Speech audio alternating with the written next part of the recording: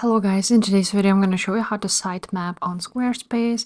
It's pretty simple to do, so let's go ahead and do that.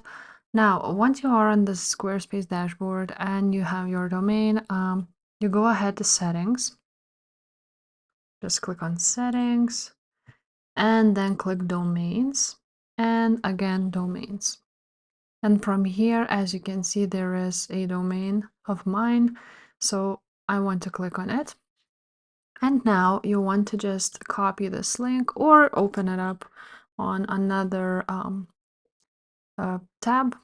And after this, you're gonna basically write down, paste this link here.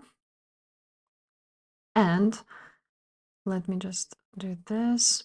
Once you've done that, you want to go ahead and enter /. Also, I want to make sure for you that you can also use your custom domain here, not only Squarespace. But basically, what you want to do is write down /sitemap